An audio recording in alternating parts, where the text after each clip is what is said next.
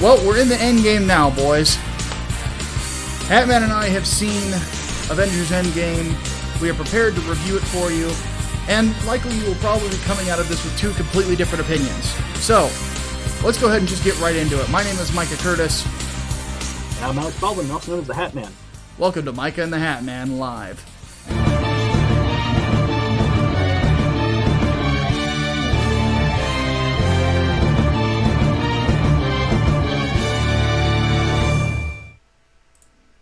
Alright, now, one thing as you're seeing here as I'm clicking it, is that there will be a spoiler section to this. So you see the marked right there over the Avengers Endgame thing. You know, so when we start talking about the spoiler section, that will be up just so you guys have a visual cue. So please, one thing I would ask, do not put spoilers in the chat until we are in that segment. Yes, I will be enforcing this with an iron fist because I don't have my damn Infinity Gauntlet. Yep. So, let's go ahead and get into kind of the overview of the film. And our basic ideas of the film. Hatman and I actually did a stream on his channel that was doing spoiler talk with a friend of his. I was only on there briefly because Nick Ricada was, finally got in touch with me right after he got his Twitter banned. So hopefully his appeal goes through on that. So rooting for you, Nick. But anyway, the general thoughts on this film. It is a time travel story. Because it is a time travel story... Is that a spoiler? Not really. I mean, we kind of already knew that. Yeah. And with anything that goes with time travel, there are plot holes.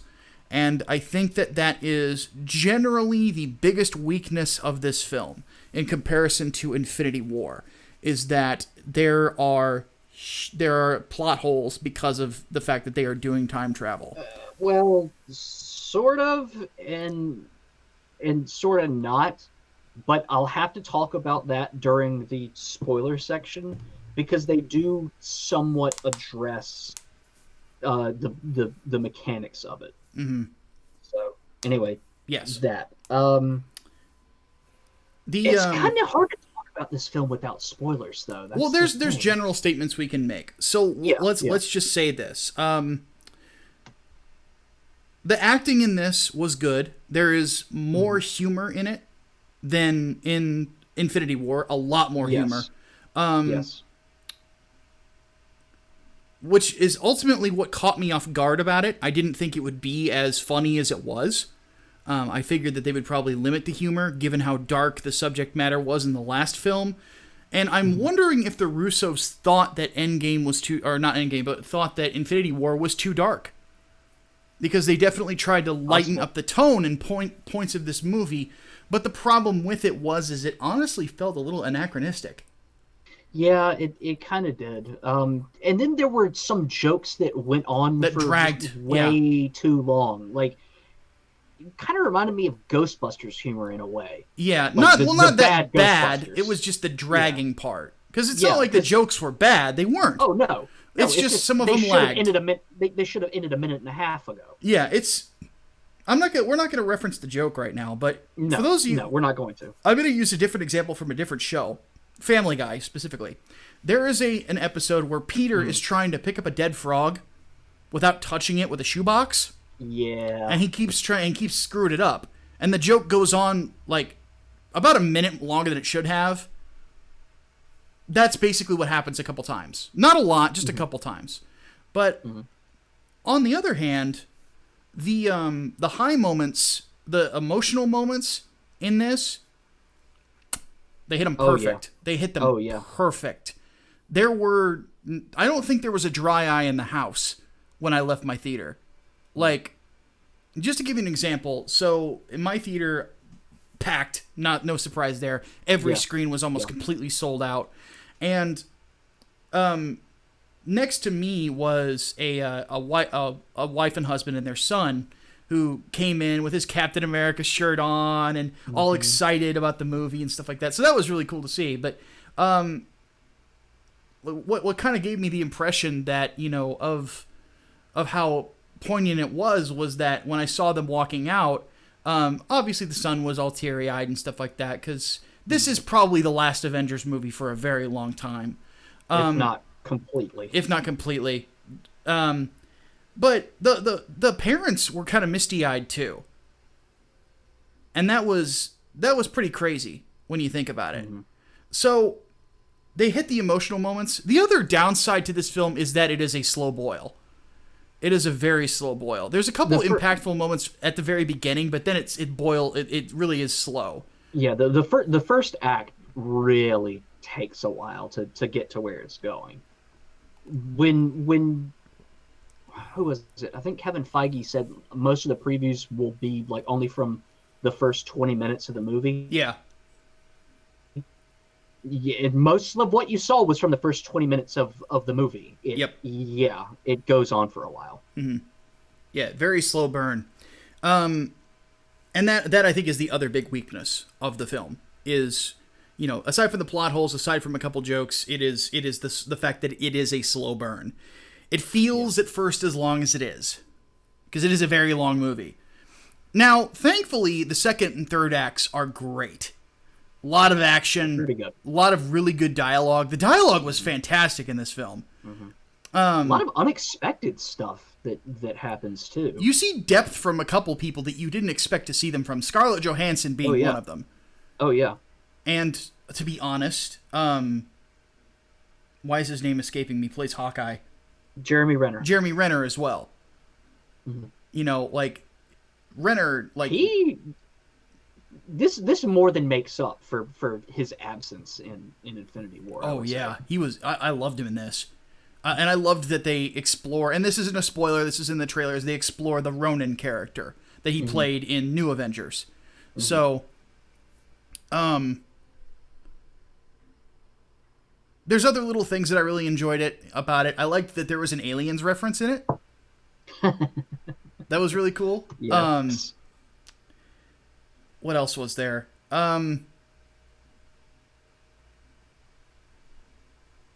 I'll admit, I really liked the ending.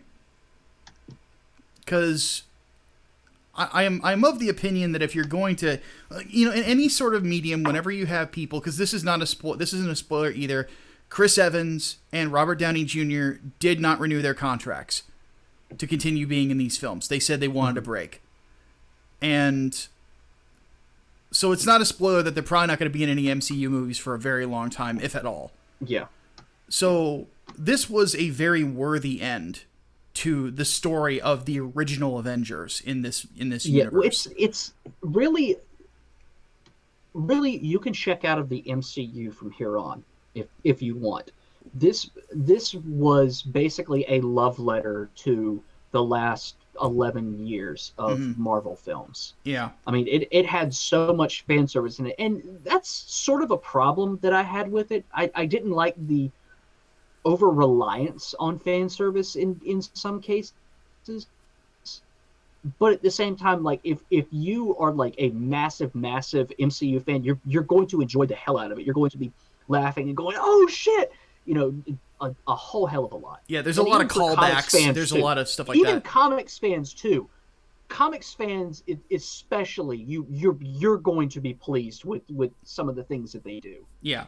One thing I will say before we hit the spoiler section, because I think I'm ready to kind of give my score, is, and like I said, Hatman and I will probably have different ones. So this is not a Jim Starlin story like Infinity War was. This is a Jonathan Hickman story. This feels more like this, Infinity, than it does. And I talked about this in the video I put up yesterday where I kind of feel like I've got MCU fatigue now. I kind of feel like I'm done. I might go see Far From Home. We'll see. I mean, Spider-Man's my favorite superhero, so I probably will. But I'm not that hyped about it anymore. But yeah, it really feels more like a Jonathan Hickman story with some humor mixed into it than it really feels like a Jim Starlin story. So, and that's kind of what I found interesting about it is it felt like Jim wrote the first movie and Hickman wrote this one. So, okay, we just got a donation from Chaos Sonic. I'll read this and then we'll give our final reviews before we move on to the spoiler section. So, he says, oh, this is for Q&A. Okay, so I will come back to that. remind me, folks, to come back to that when we get to Q&A.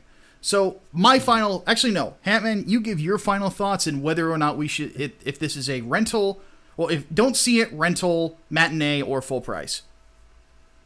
So I would say just for the hell of it, because it's an MCU film, because it's the last one, and because you're probably not going to be able to avoid spoilers for much longer, go see it full price. However, I only thought this movie was just okay.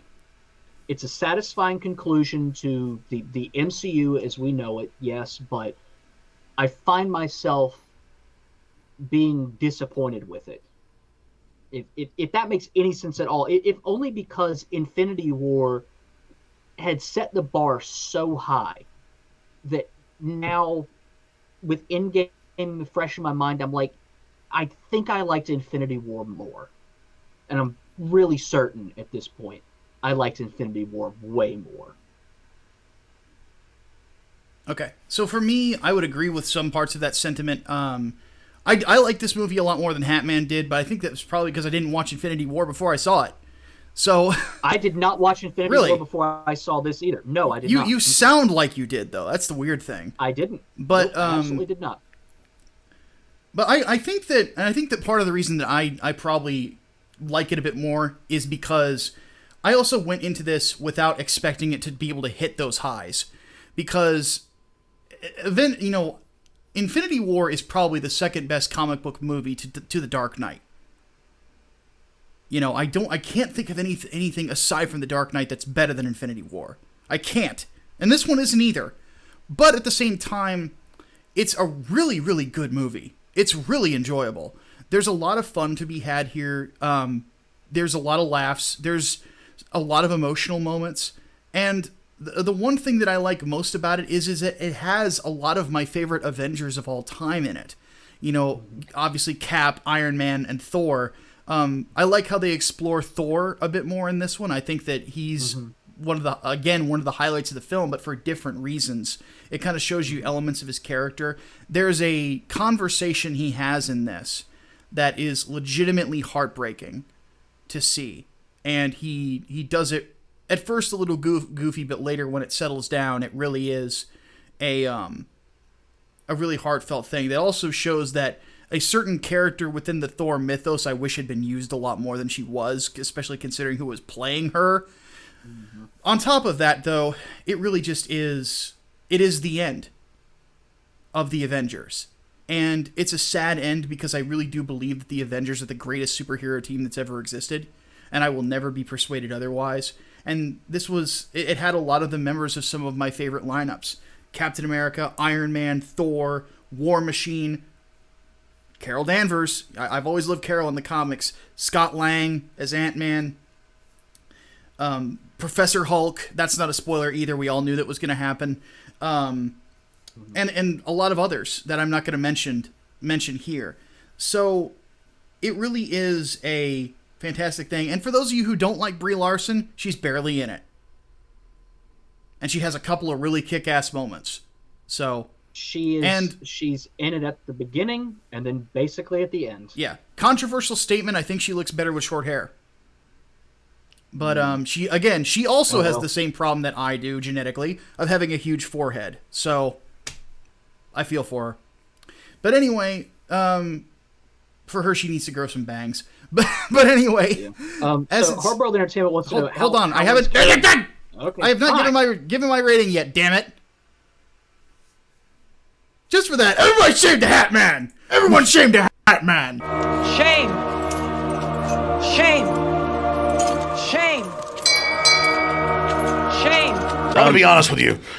I'm kind of retarded. Oh, well, it's finished. Damn it.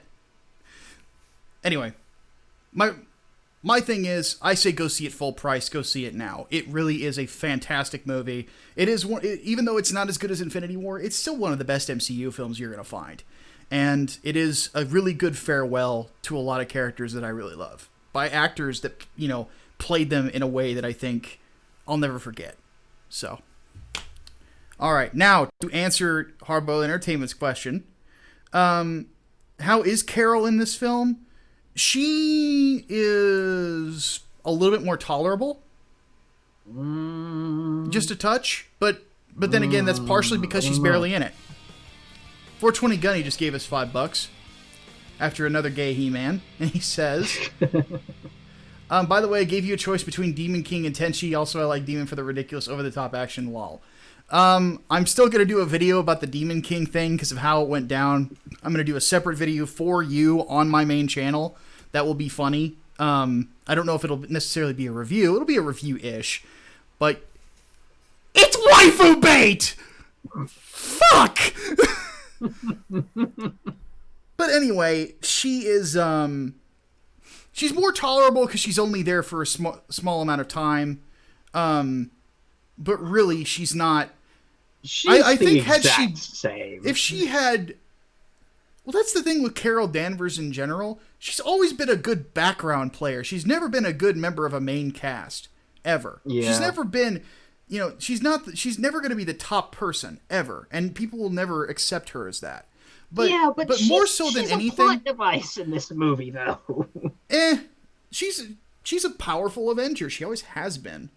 But point being is that she is tolerable because she's barely around. But really, to be honest with you, putting her in a film where there's a lot of people who are natural superhero actors, had she been in this longer, she would have been fucking exposed. She just is not as good as playing a superhero as a lot of these other guys are. She's just not. Like, all these others are natural because they're having fun. She does not look like she's having fun playing this character.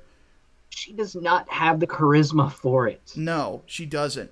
You look at Chris Evans right there in this image. He fucking pops off that image, doesn't he? Because he looks like Steve Rogers. He has that sort of the look, the stern look of a leader. He has the ability to give off that vibe.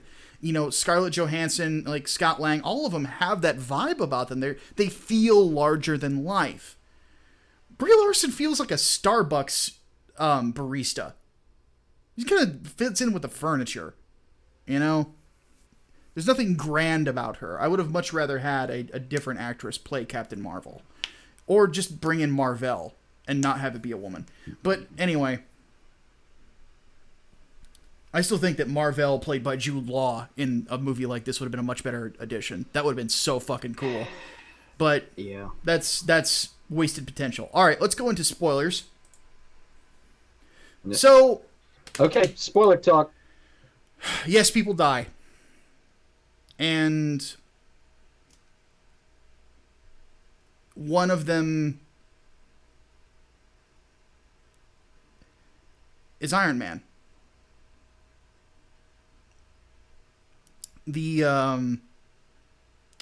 This really felt like Return of the Jedi in a lot of ways. In the way that it's not as good as Empire. It really does kind of feel like that in a lot of ways. Because if you think about it, Infinity War is the Empire Strikes Back of the MCU. Yeah. It really is. And this has a very Return of the Jedi. Thankfully, no Ewoks. But the hold on, wait a minute. I did not disagree with that. I did not disagree with that. I win! I fucking won! Finally, after 2 years of the fucking Ewoks, he finally admits it.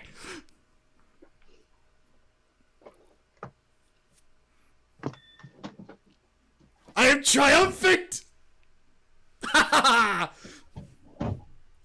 I'd play the sweet victory music, but dear God, everybody knows I would get a copyright strike.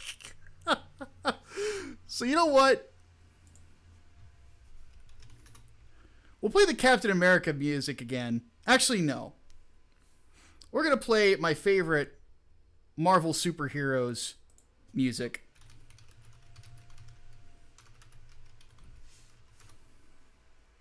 While I talk about this. Because one of those heartbreaking moments, oddly enough, was the return of Spider-Man. And that was another point where a lot of people got really misty-eyed and a lot of people cheered when Spider-Man showed up again. And his football moment was really cool. That was another one of my favorite bits of it is Captain America said the thing. He said the thing. After was the thing that I said everyone was going to lose their shit about. Like my theater was cheering during a lot of that end of the third act, that final fight between Thanos. Yes, Thanos returns. He does die and then comes back. It's a younger Thanos, which is why I mentioned Jonathan Hickman. It is the Thanos from Guardians. From Guardians of the Galaxy 1. Yeah. So, it was one of the coolest battles ever because the Avengers do return, and I mean all of them. Because it was, in a sense, if you think about it, it's the lineup from, what's his name? From Ultron Unlimited in the comics. It's Cap, Iron Man, Thor, War Machine, Captain Marvel, Black Panther, Ant-Man. You know, like it's my favorite, one of my favorite lineups at the end. Plus, you got a lot of other great Marvel heroes like Spider-Man and stuff like that. There's a moment where Iron Man manages to recreate the Infinity Gauntlet with his own technology, and they do manage to bring everyone back through time travel. They travel back in time and to specific points in history and get the Infinity Stones. And managed to recreate the Infinity Gauntlet. That's basically the whole time travel thing in this, which of course brings its own plot holes, which we will talk about. But the nexus of it is that Thanos manages to find out about it in the past, and he attacks Earth. He gets his hand on Pym particles, and because he's Thanos, manages to figure out how to use the quantum realm and time travel himself because Thanos, you know. But there's a lot of great Thanos moments in this too. My favorite, when he's sitting and waiting. That was intense. He just pops his helmet off and is like, "Oh wait."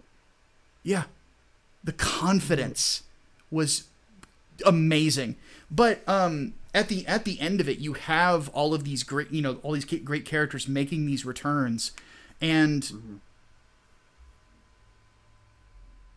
it really did feel like an Avengers comic come to life, in just like a lot of these other Avengers films have been. Because I thought that Age of Ultron was a pretty faithful adaptation of it, but like when you see some of these characters return, there are these big, grandiose feelings, and people cheered when they saw Scarlet Witch again.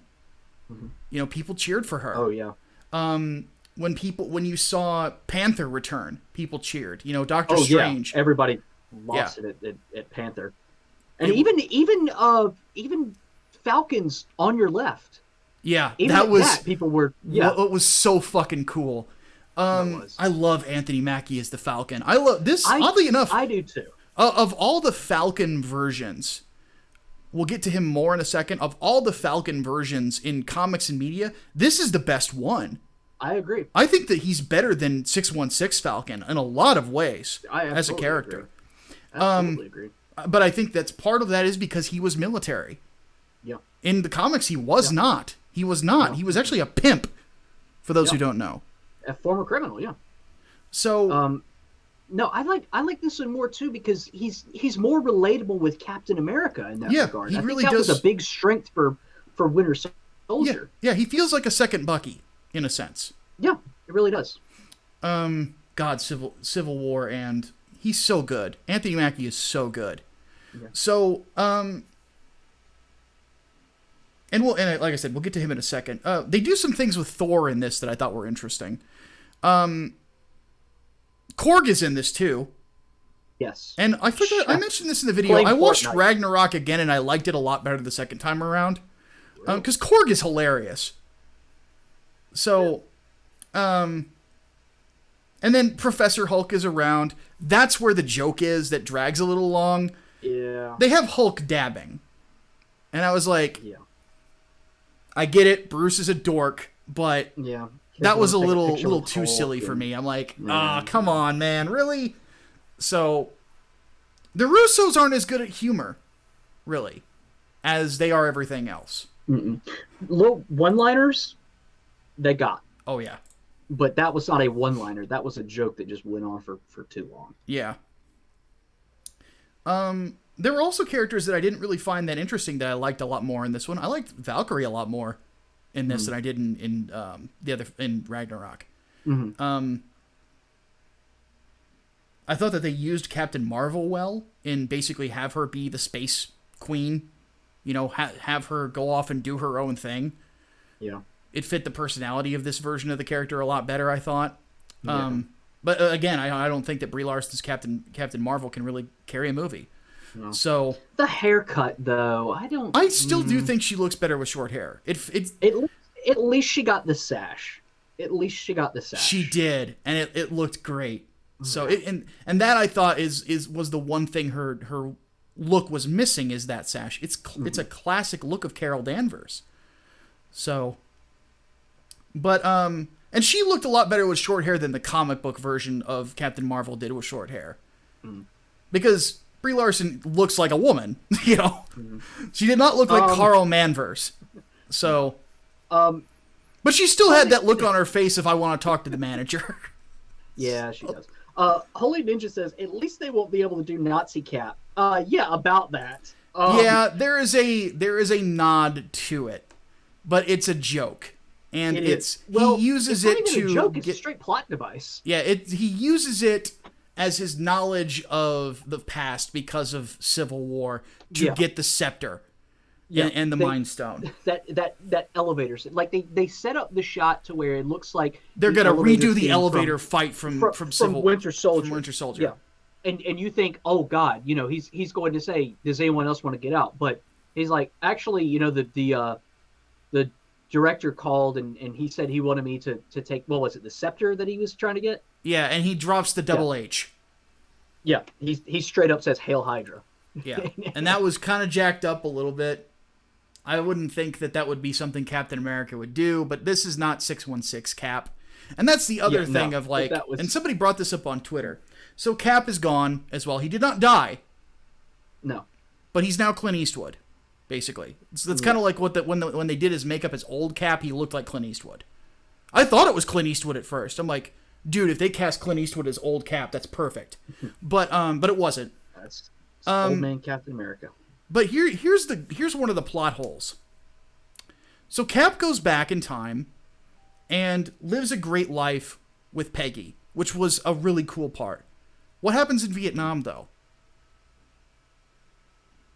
And the communists. Did he just sit at 9/11. home? Well, 9/11, he would have been old. What was he going to do at that point? Because if he's old now, then he would have been really old. He would have still been really old during 9/11.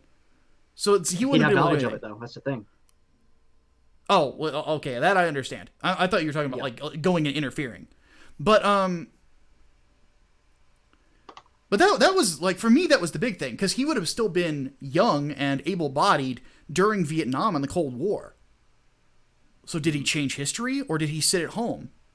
Because if he sat at home, that doesn't feel like Captain America. No, he would have fought the communists. So that's one of the big plot holes. Yeah. About him is that he would just not be Cap. That didn't quite vibe with me. Like, I like the idea of him being old and living with Peggy, but the idea that he was not Captain America during that point in time does not. They don't say that he wasn't, but if they do say that at some point, that's not right. That doesn't make any sense. Mm-mm. No, it's the more you think about it, the less you end up liking that whole thing. Because at first it seems like, oh, you know, that's sweet. You know, he can hang up a shield. He can basically live the life that, you know, Tony Stark got to live for 5 years. Yeah, exactly. Okay, but no, it's like he's Captain America at his core. Yeah, like, it is who he is as a man. Yeah, if there's something that he can do, he's going to do it, and he's made that clear in Winter Soldier and in Civil War. Mm-hmm. So it doesn't. He also gives the shield away. Yes. Gives it to Sam Wilson. Now, that does sort of set up all new, all different in a lot of ways, and it felt like this is kind of what they're leaning towards. Here's the thing. I'm more okay with movie Sam Wilson being Captain America and inheriting the shield than I am comic book. Yes. Yes. Because here's Absolutely. the thing. Sam Wilson in this universe was a soldier. All-American paratrooper. Yep. Very elite guy. Who got to experience some experimental tech. Captain like Falcon. Cap did. Yeah. They should call him He's Captain Falcon. But Yep, but he's no, in Captain all Falcon. seriousness, though, I'm okay. I am okay with Sam as Yeah. Captain America. I would prefer Bucky too. But I like Sam more because he does feel like the modern day Captain America, at least the modern day equivalent. yeah, Like Bucky, he's he can be his own man, yeah, and besides, he's kind of like White Wolf anyway, I guess. So yeah. Sam, he was Air Force Combat Search and Rescue. Mhm. So in a lot of ways, Sam was the Captain America of his generation. yeah, So it does make sense. So, and I like I said, I think he could probably pull it off a lot better than they could in the comics. Not to mention, you have to keep in mind, the comic book version of it was written by Nick Spencer, and he used it to virtue signal. yeah, If they did a Captain America movie with Sam Wilson, and they didn't virtue signal, it was just a good action movie like the previous ones, then yeah, you could probably do a good movie with him. But, so I'm a little bit more okay with Sam getting it here than I was in the comic books. So, but in this current political climate, I don't trust movie makers to not make it overly political. The only person I think that could honestly do it without making it too political would probably be, did Creed and Panther. Why is his name escaping me? Kugler. Yeah, I think Coogler. Coogler could probably do it without being political. I think he would just tell a really good movie. Because he's... You gotta keep in mind, there's no politics really in Creed. No, And it could have been. a little. It's light. Yeah. They are there, but it's light. Yeah. It's not heavy-handed at all. Yeah. So yeah, that would... So I'm kind of okay with that. But I don't feel like if they did another Avengers movie, that it would feel the same. Without Steve Rogers, without Tony Stark. It just wouldn't... It wouldn't just be there. It wouldn't fit, you know? No. Some other issues that I've got now with the timeline, because they're keeping this whole 5-year period. I was surprised that they actually decided to keep it, but that means some other stuff happened didn't get fixed, like the Nova Corps. Yeah. They're still all dead. fucking gone. Gamora is still gone. Yeah, well, Gamora Prime is gone. You've got 2014 Gamora in this timeline now. Yeah. Black Widow's gone. We forgot to mention that. Widow is permadead. Yeah, they specifically say they tried to bring her back, and they could not do it. I am so glad. I am so glad they actually said that. Yeah. Because that just fixed a plot hole there. Yeah. Its own. One fucking line. But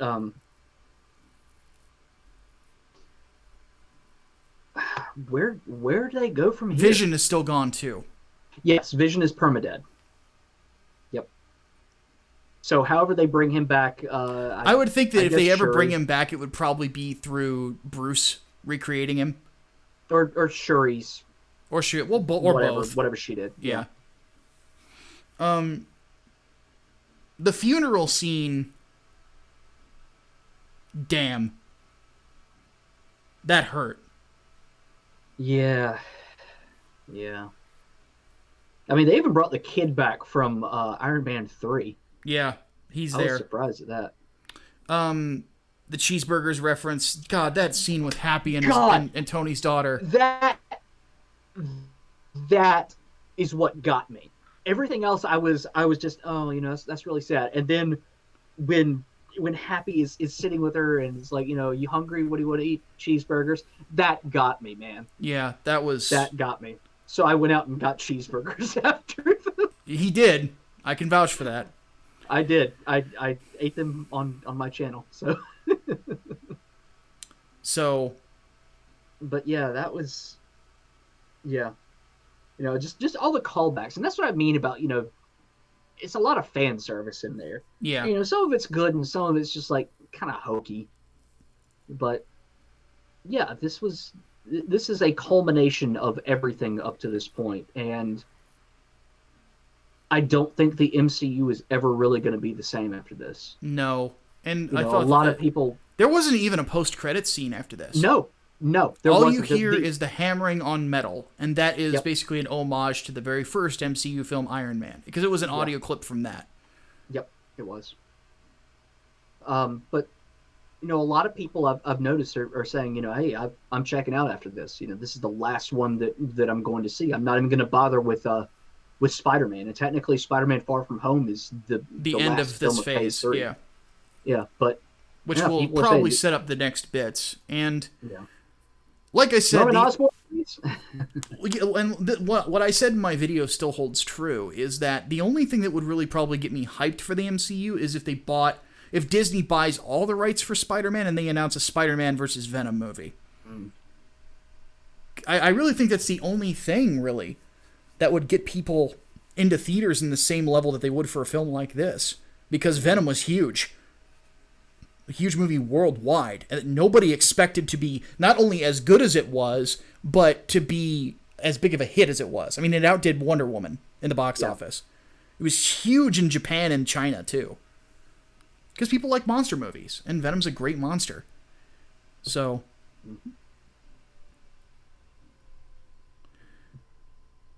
But other than that, though, not to mention like losing Chris Evans and Robert Downey Jr., that's some big star power that they've lost. Big star power. You've lost Scarlett Johansson. Yeah. I mean, Thanos is dead too. That was something I hate. Yeah. Now, they could probably bring him back. It wouldn't surprise me if they do. They could do more time travel shit. They could just like it can bring the Infinity Stones. Or back they for might bring time death travel into shit. it. God, I wish. So but yeah, that's another thing. In this universe right now, timeline that we've got, Infinity Stones are gone too. Yep. So Thanos destroyed them. So. Well, Thanos destroyed them. No, yeah, you're right. Thanos did destroy them. Yeah. So I was thinking if Iron Man destroyed him, and he actually didn't. But because he couldn't. But anyway,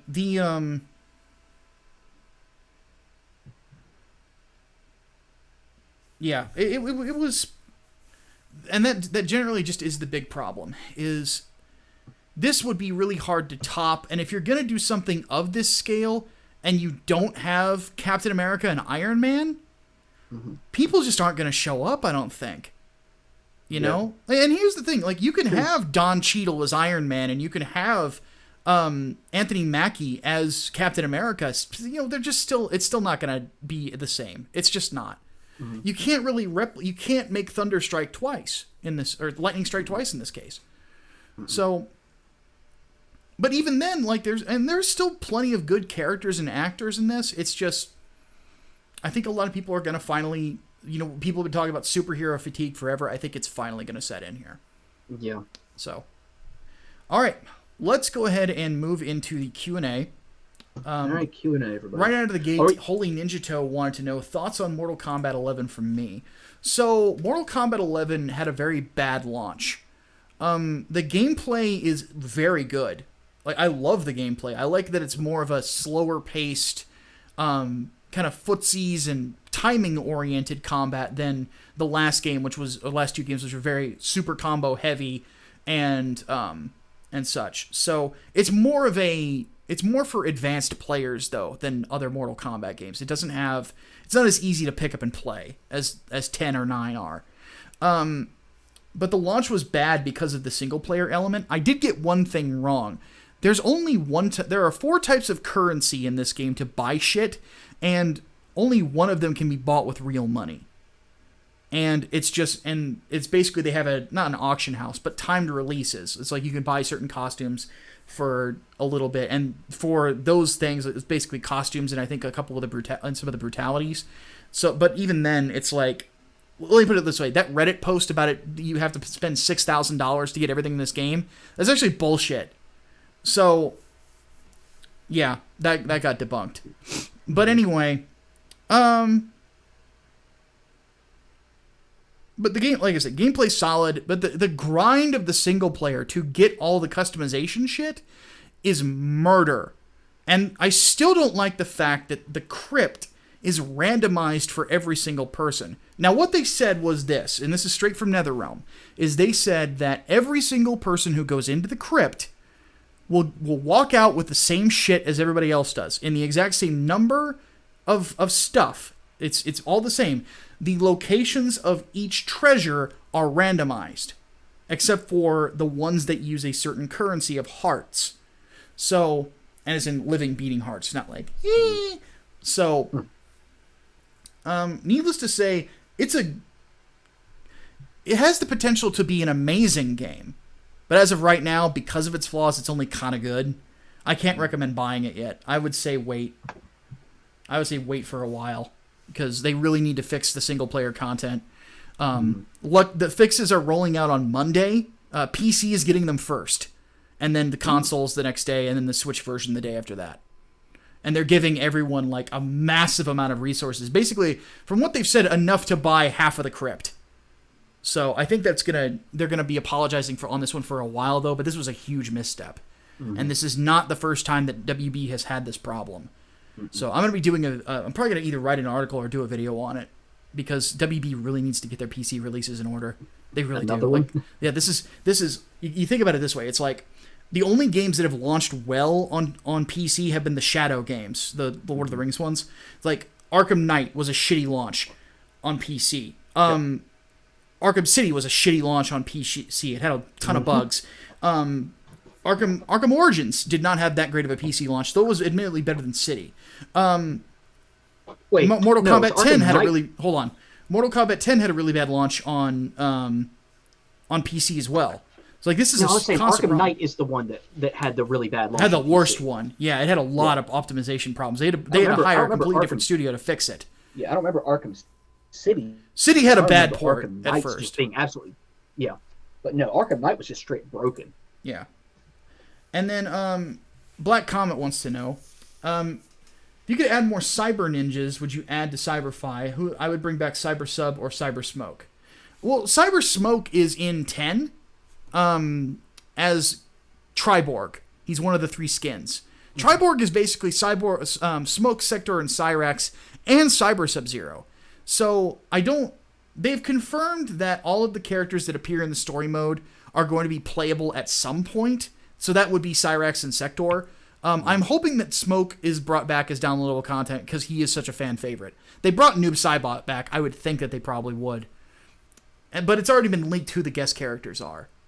And it's going to be Ash from the Evil Dead, hopefully voiced by Bruce Campbell. It wouldn't surprise me if he is the voice and he is the facial capture. But Ash, I don't remember, Spawn, Joker, and as in Joker from DC Comics, was surprised the fuck out of me. And then somebody else I'm forgetting. And then the rest are going to be Mortal Kombat characters. And there's going to be 3 DLC packs. So. You said Terminator, right? Terminator, yes. Terminator's the last one. Hopefully being done by Arnold. Because if you do that, people will buy it. And in the wildest dreams, Joaquin Phoenix does the Joker DLC. If not him, at least bring back Mark Hamill to do the voice. Not that Troy Baker doesn't do a good Joker, it's just Mark fucking Hamill. Come on. I wouldn't be surprised if that was a movie tie-in for Joker. Wouldn't surprise me either. I think that's why they did it. I wouldn't be surprised. I think that's why they did it. So, alright. So, Arkham Knight is not terrible. Arkham Knight's a great game. It's just not great on PC. Alright, so, the Twitter. What do we got? Twitter or email? Which one do you want to do first? Twitter first, then email. Twitter ones are usually quicker. Yeah, let me... If my mouse wants to cooperate.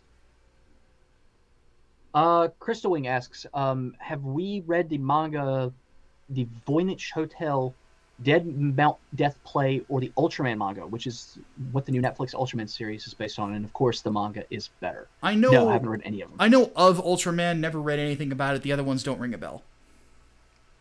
Nope. I know Ultraman, yeah, I've never heard the other ones.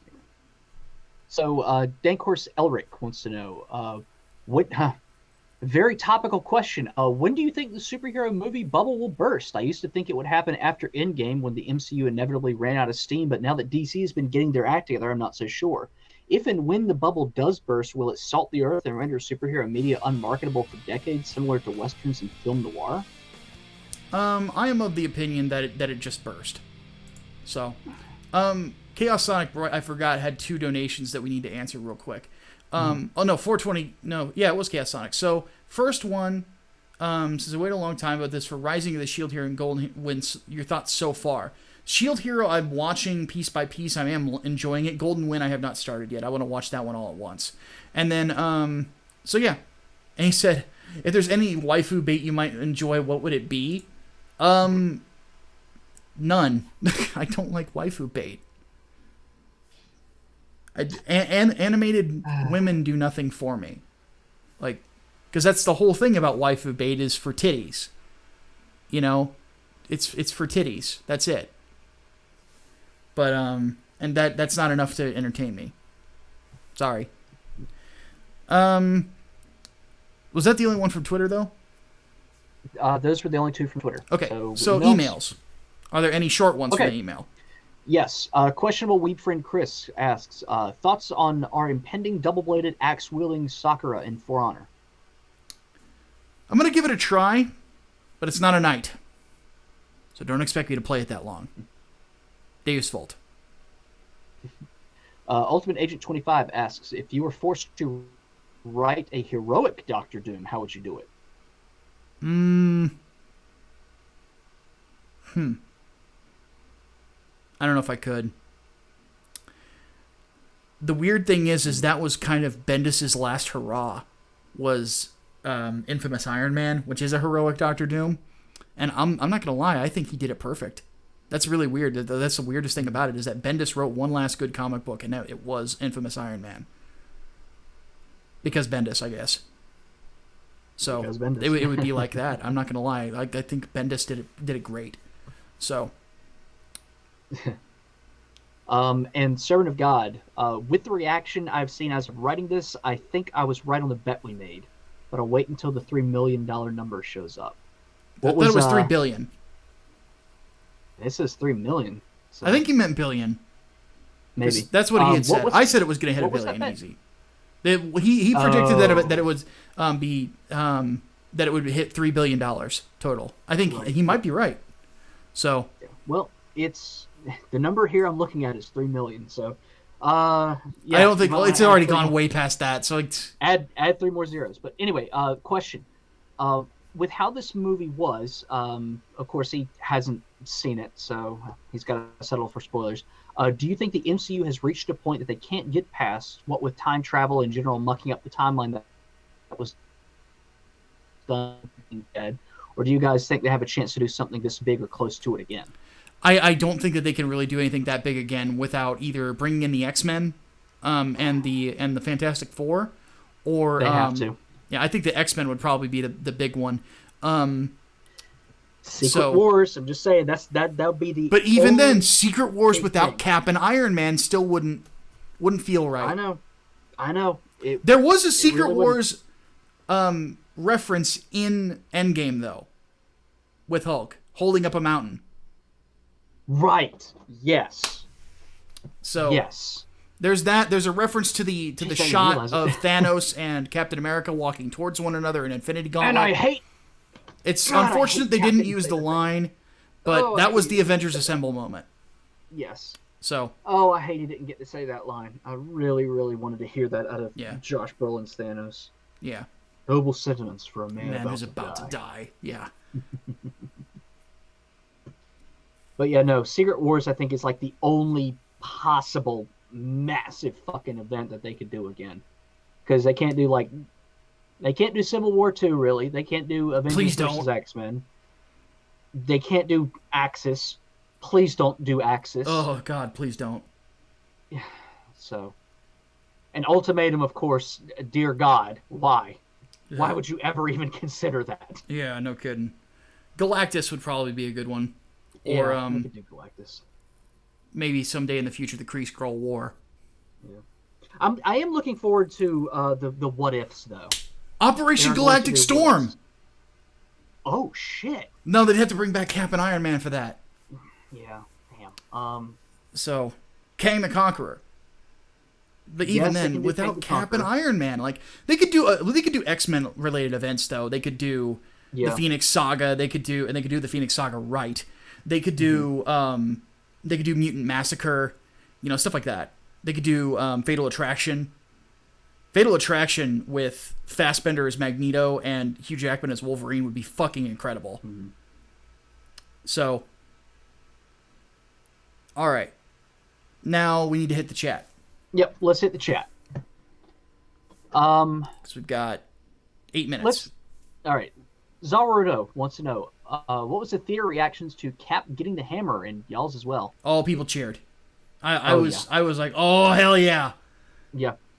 I recorded my theater's reactions. So once I get that edited, that will be on my channel. Yeah, that will be a thing.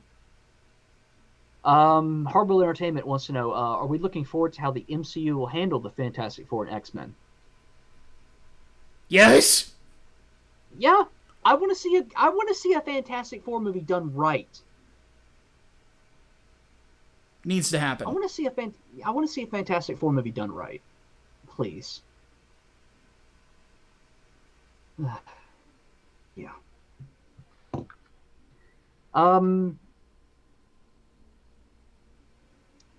Eclectic 1995 says superheroes have been popular in the theaters, but I've yet to see the pulp era heroes return, such as the Shadow, Solomon Kane, and the Rocketeer.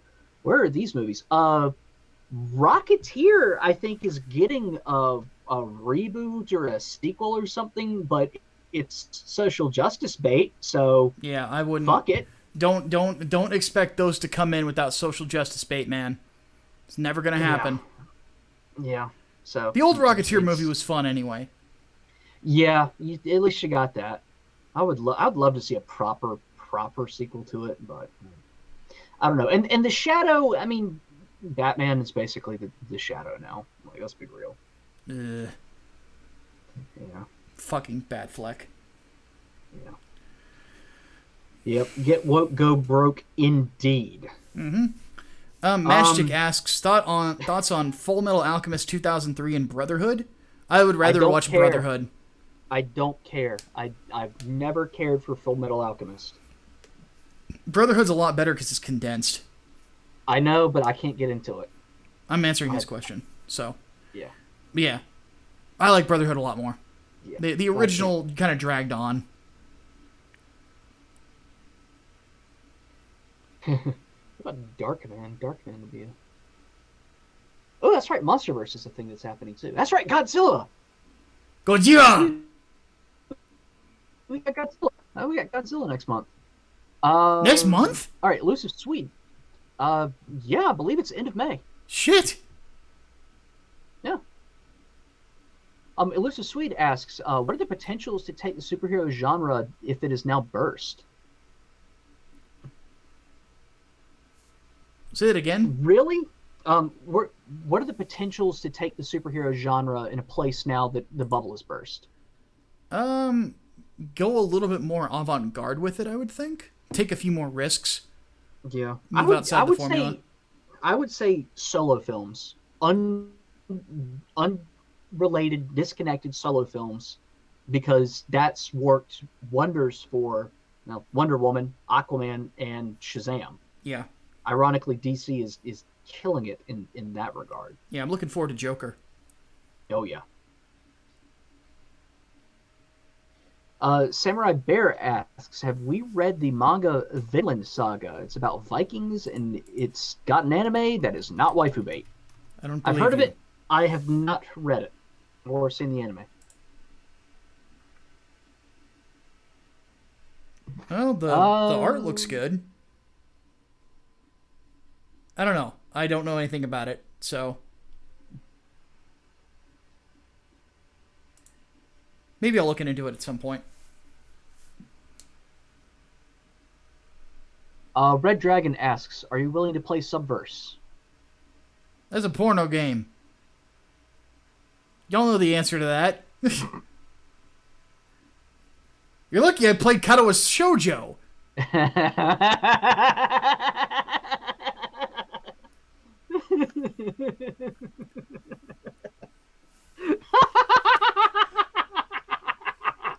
Jesus Christ, were you born on a minefield? Anal. I'm an ass man. What can I say?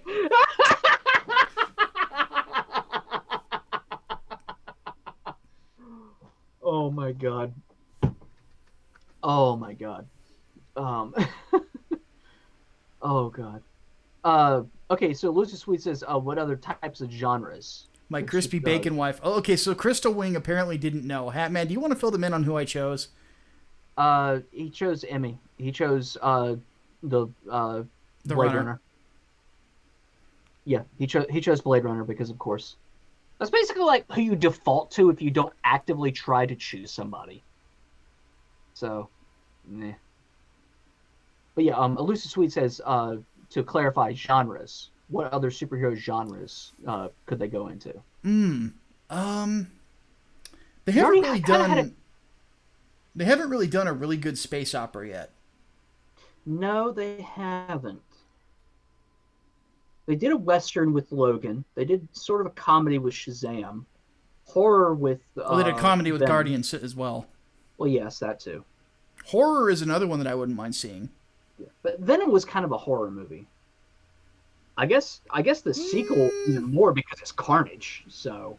Venom was horror in the same way that Zombieland is horror. Then it's directed by the same guy. Yeah, good point.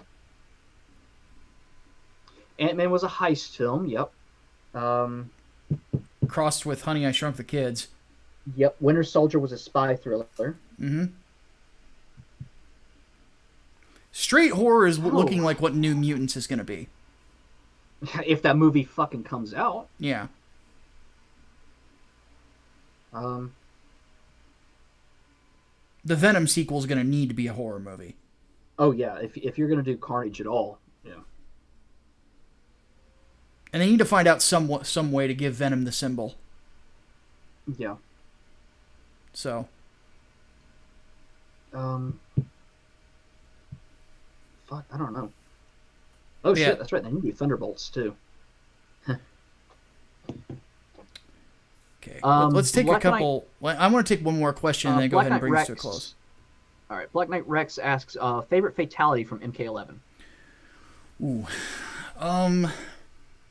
that's a tough one because there's a lot of really good ones. I think that probably. I think the most interesting one that's kind of a callback and also fits the character perfectly is Frost's, her Cyber Initiative fatality. Because for those who don't know, Frost in this game is a cyborg. She is a more advanced version of the Lin Kuei cyborgs, considerably more advanced. And I love her design too. The only downside is some of the back accessories she gets makes her look like a Protoss. So that I'm not a big fan of, but some of the customizable ones you get are a lot better. But regardless, one of her fatalities is she freezes you completely, and she shatters your upper body except for your spinal cord and brain, tears it off, and a drone comes and picks it up and puts it in a cyborg body. Fits the direction of the character perfectly. It's incredibly gruesome. I love it. It really probably is my favorite one out of the game. Either that one or... I'm also a big fan of Johnny Cage's triple uppercut fatality. It's a great homage to the old one, and it's just hilarious. It's like, who hired this guy? What the fuck? So, all right, folks, we are going to go ahead and take off. I have not eaten at all today, and my headache's getting better because it's only because I've had caffeine. So I'm going to order some food. Yep. Overflow questions, tag me. Brainbox has a family emergency, so he cannot be here. So tag me for your overflow questions. Please don't tag it a Hatman. And then we'll go ahead and get those for the overflow a little bit later in the week. But as for now, I'm going to take off. I don't know if I'm going to do game night tonight. Let me eat some food and then see where we go from there. So if I don't do it tonight, I'll probably do it tomorrow. So until next time, though, my name is Micah Curtis. And I'm Alex Baldwin, also known as the Hatman. See you guys next week. Deus Volt. Deus Volt.